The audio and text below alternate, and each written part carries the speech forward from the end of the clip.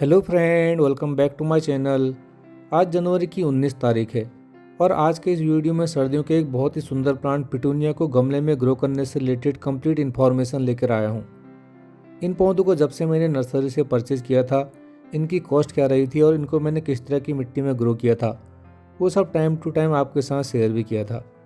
फिर भी अगर एक ही वीडियो में प्लांट के प्राइस, फर्टिलाइज़र या गमले से रिलेटेड पूरी जानकारी मिल जाए तो वो ज़्यादा बेटर रहता है। तो चलिए बिना देरी के स्टार्ट करते हैं आज का वीडियो। पिटूनिया के पौधे एक सीजनल पौधे रहते हैं जो मेनली सर्दियों में ग्रो किए जाते हैं। इनका ग्रोइंग सीजन लगभग नवंबर के महीने से स्टार्ट होता है और इसके बाद मार्च या फिर अप्रैल तक इन पर लगातार फूल आते रहते हैं।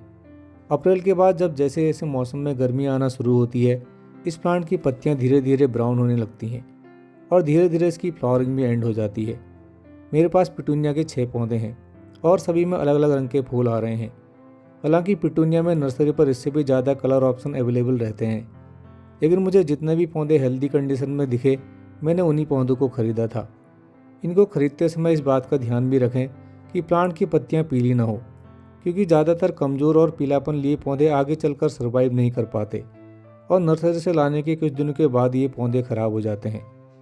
पिटूनिया के पौधे अभी भी आपको 15 से 20 रुपये के आसपास किसी भी नर्सरी में मिल जाएंगे।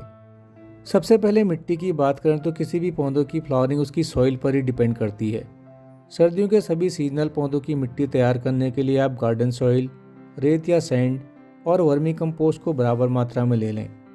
फूलों वाले पौधों के लिए इस तरह का सॉइल मिक्स काफ़ी अच्छा रहता है, क्योंकि एक तो इस तरह के सॉइल मिक्सर में पानी ज़्यादा समय के लिए होल्ड नहीं करता, दूसरा इस तरह की सॉइल में आपको बार बार किसी खाद को ऐड करने की ज़रूरत भी नहीं रहती।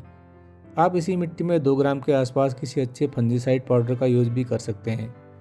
अगर आप वर्मी कंपोस्ट की जगह नॉर्मल गोबर खाद का यूज करेंगे तो भी उसमें पौधे ठीक से ग्रो हो जाते हैं, लेकिन इस तरह के पौधों में फ्लावरिंग थोड़ा कम रहती है।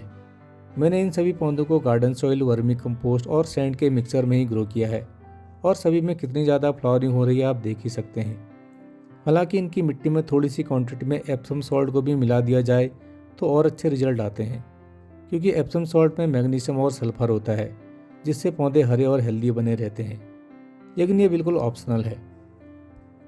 इसके बाद गमले की बात करें तो पिटूनिया के पौधे जनरली सीजनल रहते हैं और लगभग मार्च या फिर अप्रैल तक ये पौधे लगातार फ्लावरिंग करते हैं, इसलिए इनको ग्रो करने के लिए बहुत ज़्यादा बड़े गमले की रिक्वायरमेंट भी नहीं रहती। एक 6 इंच के गमलों में भी पिटूनिया के पौधों को आसानी से ग्रो किया जा सकता है। आप ज़्यादा से ज़्यादा एक 8 इंच का गमला यूज़ कर सकते हैं, लेकिन इससे ज़्यादा बड़े गमले का यूज़ न करें, क्योंकि बड़े गमलों में ज़्यादा मिट्टी और ज़्यादा मॉइस्चर के कारण कभी कभी पौधों के खराब होने का खतरा भी रहता है। मैंने इन सभी पौधों को एक 6 इंच के गमलों में ग्रो किया है। जब भी आप इन पौधों को नर्सरी से लाने के बाद नए गमलों में शिफ्ट करें तो रिपोर्ट करते समय इनको बस हल्का सा ही पानी दें और इनकी जड़ों में बहुत ज़्यादा डिस्टर्ब भी ना करें। लोकेशन की बात की जाए तो अभी मैंने इन पौधों को ऐसी जगह पर रखा हुआ है जहाँ पर इन पौधों को दिन भर में लगभग 5 घंटों की धूप मिल जाती है। आजकल की धूप में ज़्यादा गर्मी नहीं रहती, इसलिए इस तरह की धूप में पिटूनिया के पौधों में ज़्यादा फ्लावरिंग होती है। अगर आपने इनको ऐसी जगह पर रख दिया जहाँ पर इनको 8 घंटों से ज़्यादा की धूप मिल जाए तो फिर ऐसी लोकेशन में इसके फूल बहुत जल्दी मुरझाने लगते हैं, क्योंकि पिटूनिया के पौधे ठंडी जगहों में ग्रो किए जाने वाले सीजनल पौधे हैं जिनको ज़्यादा तेज़ धूप बिल्कुल भी टॉलरेट नहीं होती। अब जनवरी के बाद इनकी धूप की रिक्वायरमेंट और कम करनी होगी, क्योंकि फरवरी के महीने में धूप में गर्मी कुछ बढ़ जाती है। पिटूनिया के फूल सर्दियों के और पौधों की तरह लंबे समय के लिए तो नहीं खिले रहते, लेकिन फिर भी एक बार खिलने के बाद ये फूल 2 से 3 दिन तक प्लांट पर फ्रेश कंडीशन में बने रहते हैं।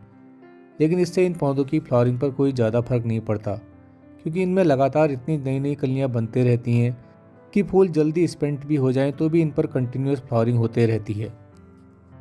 पिटूनिया के पौधों से ज़्यादा फ्लावरिंग लेने के लिए आपको एक इम्पोर्टेंट काम भी करते रहना है। जब भी इनके फूल खिलने के बाद सूख जाएं तो इनको मेन प्लांट पर से हटा दीजिए, वरना सूखे हुए फूलों में बीज बनना शुरू हो जाते हैं, जिससे पौधे मिट्टी से ज़्यादा न्यूट्रिएंट्स लेकर अपनी सारी एनर्जी को बीज बनाने में लगा देते हैं और फिर प्लांट पर फ्लावरिंग भी कम हो जाती है। इसलिए 2 या 3 दिनों के बाद जब भी खिलने के बाद फूल सूख जाएं तो इन सूखे हुए फूलों को तुरंत प्लांट पर से हटा दें, वरना कभी कभी जब सूखे हुए फूल प्लांट पर ही रह जाते हैं तो रात को गिरने वाली ओस से मॉइस्चर के कारण सूखे हुए फूलों में फंगस लगना शुरू हो जाती है, जिससे कभी कभी पूरा प्लांट भी खराब हो सकता है।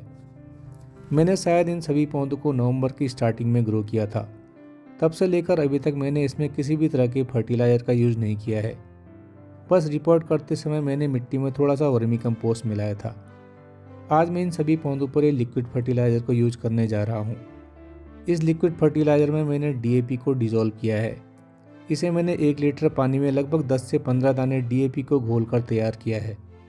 जो साथी गार्डनिंग करते हैं उन्हें पता ही होगा कि डीएपी एक तरह का केमिकल फर्टिलाइज़र है, जो पौधों की जड़ों में ग्रोथ और फ्लावरिंग को प्रमोट करने के लिए एक असरदार फर्टिलाइज़र माना जाता है। सर्दियों में ये फर्टिलाइज़र सबसे ज़्यादा यूज होता है, क्योंकि इसका रिजल्ट लगभग 15 से 20 दिनों में ही पौधों पर दिखाई देने लगता है। मैं इस लिक्विड फर्टिलाइज़र के लगभग 200 ml को हर पौधे में दे रहा हूँ, क्योंकि अगर ज़्यादा क्वांटिटी में इसे मिट्टी में दे दिया गया तो ये लिक्विड फर्टिलाइज़र पौधों के गमले के ड्रेनेज होल से बाहर निकल जाएगा। इसलिए मैं गमले की साइड से इसकी थोड़ी सी क्वांटिटी इन पौधों को दे रहा हूँ। फ्रेंड, इन पौधों को लिक्विड फर्टिलाइज़र या पानी देते समय इस बात का भी ध्यान रखें कि पौधों की पत्तियों में पानी न पड़े। पानी डायरेक्ट प्लांट की सॉइल में ही पड़े। पत्तियों में पानी पड़ने से पौधों में कभी कभी फंगल अटैक की प्रॉब्लम भी सामने आ सकती है। अगर आपको लिक्विड फर्टिलाइज़र बनाने का समय नहीं है तो आप डीएपी के 4 से 5 दाने एक 6 इंच के गमले के रेशियो से इनकी मिट्टी में भी मिला सकते हैं, लेकिन उस मेथड में डीएपी का असर थोड़ा देर में होता है। ये बिल्कुल ठीक उसी तरह है जैसे किसी बीमारी को ठीक करने के लिए हम दवा को या तो लिक्विड फॉर्म में लेते हैं या सॉलिड फॉर्म में, और दवाई को लिक्विड फॉर्म में लेने के रिजल्ट ज़्यादा असरदार रहते हैं। बाकी इन पौधों को अगर आपने एक सही लोकेशन में ग्रो किया है तो इन पर किसी भी इंसेक्टिसाइड या पेस्टिसाइड को स्प्रे करने की रिक्वायरमेंट भी नहीं रहती। लेकिन अगर आप इनको कम धूप वाली जगह पर ग्रो करते हैं तो इन पौधों में इंसेक्ट अटैक या फंगल अटैक की प्रॉब्लम भी सामने आ सकती है। इससे बचने के लिए आप इन पौधों में हर 15 दिनों में नीम ऑयल का स्प्रे करें, या अगर आप केमिकल फर्टिलाइजर यूज़ करना चाहते हैं तो मुझे इमीडा क्लोरोपिट का रिजल्ट सबसे अच्छा लगा। तो फ्रेंड, ये था पिटूनिया के पौधों की केयर से रिलेटेड आज का छोटा सा वीडियो। आई होप कि आज के इस वीडियो से आपको कुछ ना कुछ हेल्प ज़रूर मिली होगी। इस वीडियो से रिलेटेड किसी भी क्वेश्चन के लिए या फिर अपनी ओर से किसी भी सुझाव के लिए कमेंट बॉक्स में अपनी राय ज़रूर शेयर कीजिएगा। अभी के लिए बस इतना ही। फिर मिलते हैं किसी नई वीडियो में किसी नए टॉपिक के साथ। तब तक देखते रहिए gardening with RPJ. Thanks and happy gardening.